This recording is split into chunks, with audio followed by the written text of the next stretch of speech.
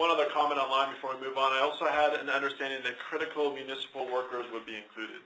So again, yeah, that's absolutely, the law specified who the eligible users were, and it just says, basically, it refers to a couple of different references. And those references will tell you that anyone providing public safety services, right? So it's not a specific public safety agency. It's the act of providing public safety services. So I don't think anyone would deny there's a lot of people that can be argued that are providing those types of services. I think really one of the big questions becomes, do they have access to the network only when they're providing those services, or do they have access to the network at any time, so long as they can, or they have the ability to provide those services? That becomes one of the big distinctions, because that's going to be really hard to then govern and control user access based on when they're providing those services. So that's why there's a lot of questions around user eligibility and who those users will be, and that will be a good discussion topic, and that will have to come out early in that consultation, because it's going to drive a lot of things we do going forward. All right, so jumping into users now. So we talked coverage and the importance of that. Now we're going to talk users and how that drives capacity and why that's important for the design of a network. Because those two things, as we said, go into the design of the network overall.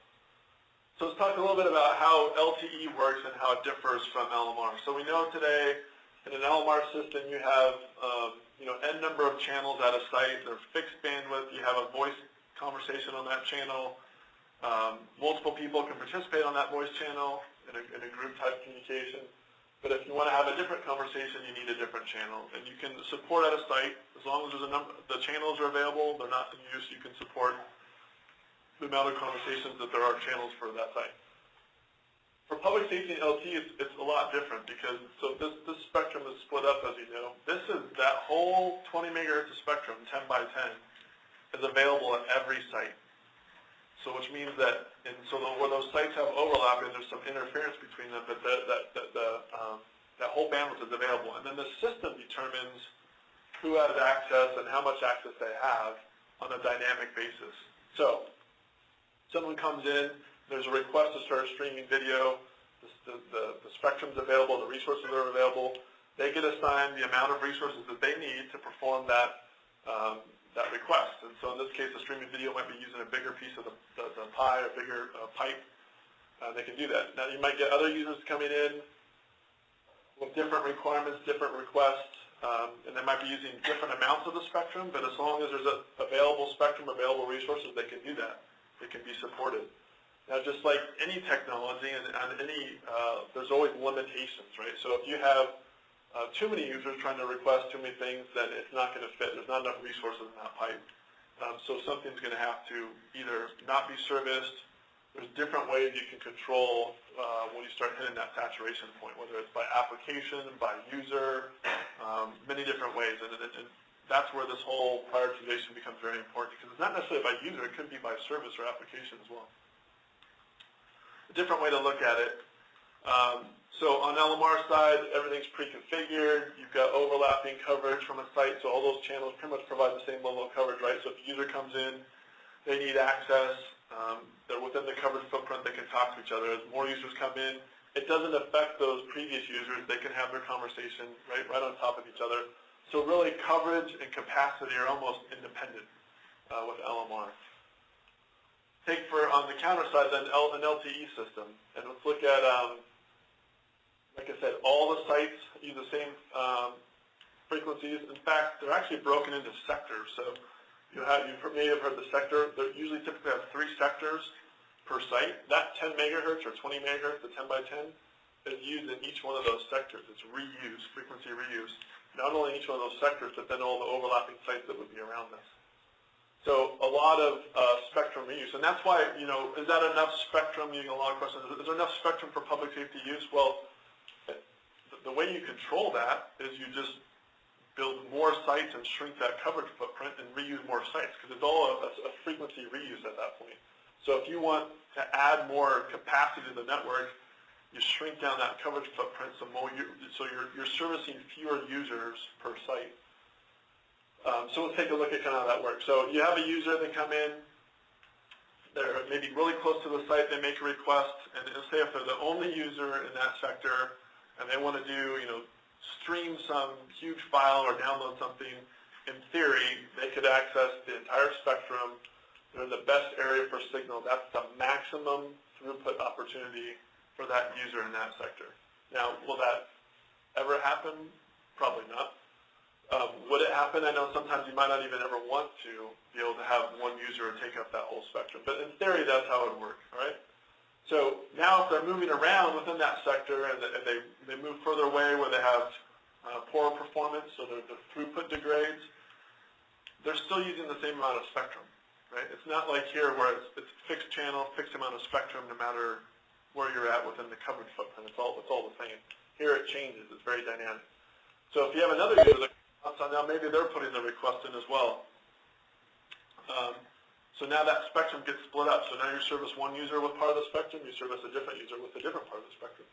And as more users come in, they start slicing out and taking different pieces of that spectrum to the point where if you have a lot of users in one area, you can only split up those resources so many times before you just aren't servicing people with the amount they need. So that's when prioritization becomes really important. And this is really important too because remember when I mentioned coverage is measured by throughput levels, right? So we determine where this line is drawn on the outside of coverage based on throughput and how much throughput can be serviced by a site. But that's completely dependent on the number of users you have on it. Because if you have too many users and they start to split this up really tight, you can't provide the amount of throughput that's required to kind of determine that they have coverage or not. So the number of users is highly dependent on what services can be provided reliably and how much throughput can be provided reliably. And that was a question that was brought up, I think, earlier before, also online, the importance of users and knowing the number of users you'll have and where they operate will drive how much throughput could be delivered to them. And that's why if you get to a really densely populated area, they won't put those towers up really high because they don't want too many users on any one site or one sector. And as I mentioned, so in a sector that frequency is being used, you can have other users participate on a different sector, reusing the same spectrum, and not necessarily impacting what these users are doing here, except for the standpoint if you get a lot of users in an area, it creates more interference, and then it can actually kind of reduce the coverage footprint of that cell. So that, depending on how many users you have in an area, that coverage footprint might kind of change a little bit. So that becomes important too from modeling. I mean, there's so many dynamics that when you look at coverage, it's really difficult to kind of estimate. So, question? Is this capacity scale to average use or scale to peak use, like on Boston Air or something? So when they do their modeling, and that will be a good question, they typically do an incident type use. So it's not day-to-day use. Typically, if they design for day-to-day use, the traffic usage is far lower, and that would not be the best way to design. You also can't design to like worst case scenario because one user could potentially, in the worst case scenario, could be using a big portion of the spectrum, and then you'd have to be building, so many sites to accommodate that. So you have to kind of find that middle ground. So I know with some of the preliminary modeling that's been done, they actually used the Minnesota bridge collapse as an example and built up a traffic profile that said the average user would be doing these 4 or 5 things. And if we have that many number of users, then how many sites would we need to accommodate that type of incident? If you want to look at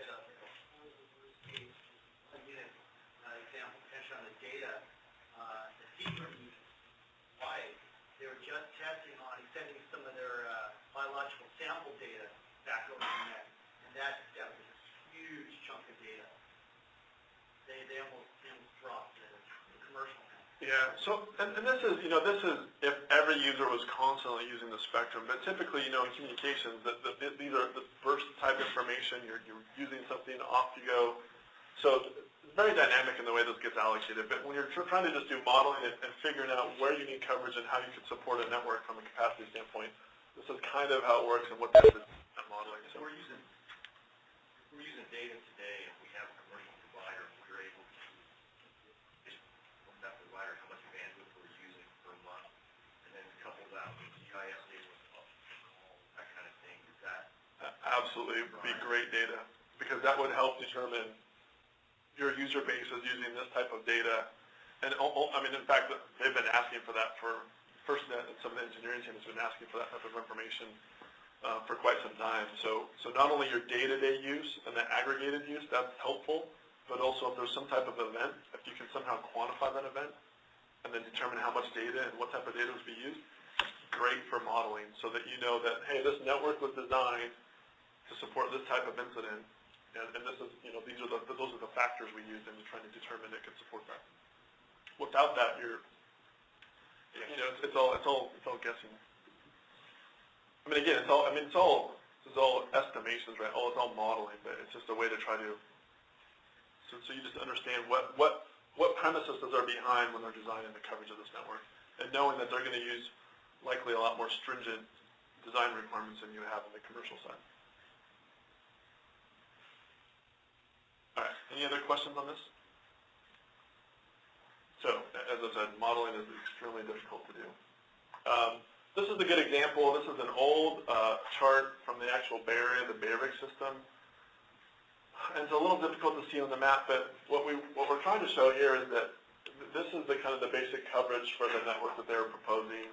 I forget how many sites it was for this exact proposal, but what we're trying to tell is that they had to go in and look at the number of users they had. And so you can see in the San Francisco area, in the Oakland area, the blue dots, the sites are almost right on top of each other. And that's because that design is for capacity. They're not trying to put up a high site and boom coverage, because they'd have, you know, thousands of users trying to access one site and splitting up those resources really slim. So sites very close together to support users, but you get on the fringes out here, and they have sites that are much more spread out, because the user volume is much lower. So you can design more for coverage out there, higher sites, you've got lower users on it. And that's a good indication right here in just this one regional design, how different it is and what different factors drive the design. So that's why it's really important to know where your users are and how many you have, because it drives which type of design it is. So this is taking some of that data we had collected, just as an example, to try to show, well, if you start putting this in a map and trying to figure out, you know, what is maybe a crude operational or jurisdictional area, and then taking those users and distributing them out across there, you start to see now this becomes that, rather than population density, it becomes the public safety density. And the more granular you can get with determining where those users are, where they operate, and how many you have in these areas, the better that information can be fed into to your inputs to FirstNet on where users are, how many you have, and where they operate. So we just took that, broke it down. Sheriff, law enforcement, local police, firefighters, both volunteering career, just trying to show maybe local city jurisdictions. This is a roll-up of, so the question was raised on some of the data that we had before of public safety agencies and the personnel count. So in the back for the county worksheets, we included police, fire, EMS because we had some numbers here for number of personnel and number of agencies. We know it's not complete. We know you have more data. But ultimately, at the end of the day, this number of devices is the most critical element, because that's what you pay for. That's really what's used in the network. It's not necessarily users. It's the number of devices. So trying to figure out how many agencies, how many users, and then how many devices they have, and what's that ratio of user per device will be important and useful information, because that's the type of thing that they'll use for the modeling. And so we figured it's probably relatively easy, or not easy, but if you have a good chance of collecting agency count information, the number of personnel, number of devices, there's different ways you can try to gather that information, and then maybe you just kind of extrapolate from that. That if you get a sampling of agencies in these different disciplines on how many devices they have per person, you can kind of make estimations on that, because that's, like I said, at the end of the day, what's going to determine the number of users on the network. And so these are all, we actually worked with FirstNet a while back, and kind of this was, they've given in different presentations trying to estimate the number of users and the types of users. This is a chart that they put together. So you can kind of see the different discipline types that they're locating, potentially targeting, and how they're broken down. So the question that was raised before, yes, they are looking at all these, knowing that the eligible user discussion stuff to take place, but also recognizing that just to support a sustainable business model, you're going to need a lot of users, and so who might be potential users to operate on the network. So, questions on it? Yes.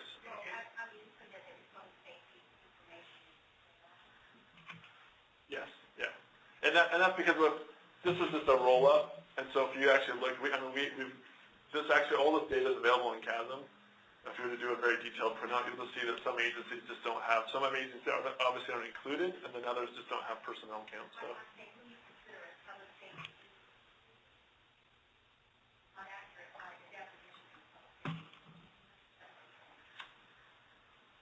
Okay. Oh, right. Yeah, I got you. Good comment. Question, yes. I don't see any information in here on federal users or anything like that. Is that going to be, we have a huge federal contingent along the border, and in other areas of the state, that should be something that we're considering as we go through this.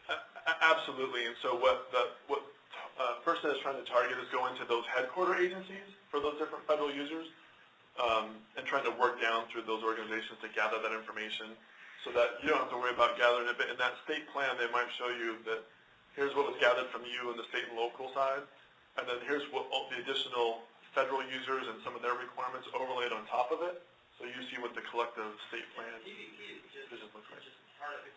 Forest Service, Department of Interior, ELM, all of you guys. Yeah, they're working. Good question.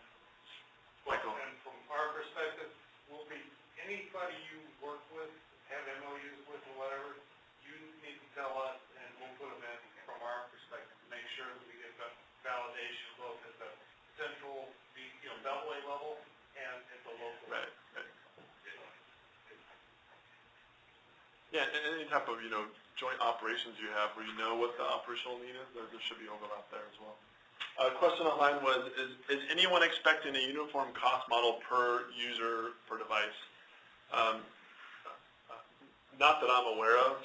I think this is really, I mentioned this per device number is really just an attempt to try to identify, to help with the cost and business modeling, right? To know that there's been a lot of assumptions made on the number of people that are in these different agencies, and you have to extrapolate that to the number of devices.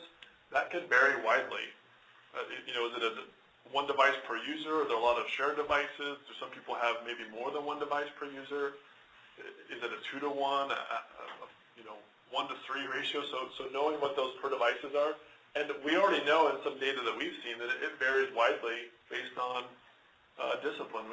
Career firefighters aren't getting a lot of, volunteer firefighters aren't getting a lot of devices provided to them right by their agency. So their agency per device for volunteers is going to be a lot different than maybe on the career side. So knowing that ratio by discipline, I think, will be important.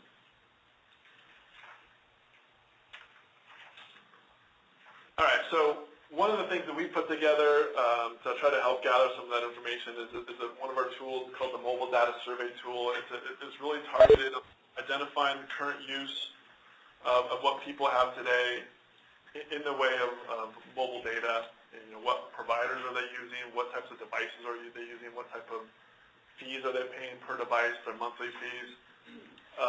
And that would help kind of populate that chart we looked at before this information. You're certainly not going to get that from every agency. We just know that not every agency is going to fill out that type of information. But what it could do is you might have ways you can get this, the number of personnel, the number of agencies, and from some of those results, you start to get a sense of what people are typically paying, how many devices you have per user, and then maybe you estimate, based on the data you get, the sampling you get from that survey, you can start to estimate some of these other numbers. So that tool is activated already for Arizona based on some discussions we had. It's found here on the website. Happily at some other time we could go through and show you some of the key things of how it works and the data that's collected. These are the main categories of information or questions that are asked in that survey. So there's basic agency info, who's taken the survey on behalf of their agency. discipline type, location, contact info. As I mentioned, what type of commercial systems are in use today? Who's the provider? What are the costs, devices, the contract types that they have? What type of private systems are used today for data? What have been some of the issues or barriers to and performance to wireless services today? You know, what is it? Are they coverage limited? Are they? Is it just not? It's too costly. That it's not reliable enough. Those types of questions. Just awareness overall of MDST. You know, have they heard of this? Do they know about FirstNet, the nationwide public safety broadband network? Might help target some of your outreach and education areas. And then also just getting an estimate of land mobile radio and what their counts are there for comparison. With maybe down the road, the end goal of, you know, if you start to recover some of those users. So from just aggregating some of the survey materials that have been done before, this is a breakdown of the different disciplines that have participated. The responses are kind of interesting in some areas. So for example, this shows that 58% of the users surveyed today are using commercial service. Some are using private data service, and then another 25% are using both. But in total, 89% of the users that were surveyed or agencies surveyed were using some type of wireless data system today. And granted, that might be more of the bigger agencies responding and not maybe some of the smaller agencies, so it might be a little skewed, but there is a lot of mobile data use today. You know, when we first did this, we kind of heard that, you know, not everyone could afford it, and then maybe, you know, not everyone's using wireless service or wireless data. Maybe it was a 50-50, but this goes to show that maybe it's a little bit more than that. And when you have this data, this is just a roll-up. So if you end up using the survey tool, you have all the data. You can break this down however you want. If you want to look at small agencies versus large agencies, if you want to look at however you want to determine rural versus non-rural, you know, you can do that. So we just kind of grouped in large buckets the average cost per, you know, what's your monthly device cost, so for data services. So you can see that the kind of the $20 to $50 range is where most of them fell. You'll get some outliers out here that maybe that they paid that much, maybe they just misunderstood the question. But knowing kind of what people are paying today will help that business modeling, that if people are used to paying, you know, $35, $40 a month and they're getting unlimited data or whatever the plan may be, that if, you know, that will help FirstNet so they can have, you know, strategize what good cost models or plans would be to appeal to the state users. In this survey, the device, I was just talking about, that device per user ratio was actually a lot smaller than a lot of us thought. There's been some questions on, well, what did they really answer as a device on some of the earlier versions of the survey, but all responders, this shows that it's basically one device for every 3 users. So that's why you need to really know that device ratio, not necessarily users, because if you just say, oh, I've got, you know, potentially 1 million users, and you translate that to 1 million devices, that's not necessarily the case. So knowing that device per user ratio and how it differs by discipline will be important. Personal device. This is a really big one, that there's a lot of use of personal devices on networks today. And are they getting any type of compensation? Is it allowable? How will that work with FirstNet? So that's a question that's asked that could be, you know, you can look for from your agency. There's a question in the survey about applications, so asking not only what applications are in use today, but what are some of the most desired applications, to see kind of where the delta is. So you can see obviously a lot of the applications in use today, not too surprisingly, and also fairly low bandwidth applications. A lot of the desired applications going forward, there are some higher bandwidth required applications that are being asked for by the surveyed agencies. Cost is a factor. This is, you know, is tough to tell really, because it's hard to determine, you know, what service or what value you're getting for cost. But it just goes to show that a lot of people already said, you know, it's worked into their budget. They just can't pay a lot more than what they have today for their service. So that was kind of just a snapshot of some examples of data that can be extracted from the mobile data survey tool if it's something that you want to incorporate or use in your outreach requirements. That's kind of the summary of it. So we talked, you know, about the tools and how that can be leveraged, some of the agency data in CASM and capture some of that information, mobile data survey tool. Did a lot of background in the me hit the two topics of coverage and users and get it, and hopefully you understand a little bit better why that's important aspects and how that'll affect the design of the network. So that is all we have for our presentation. Are there any more questions or feedback from this? I'm standing between you and lunch, right? I was going to say. All right. Thank you. With that, is this helpful to this? Yes. Excellent. Good. Great information. Good. All right, very good. Thank you. Appreciate the time.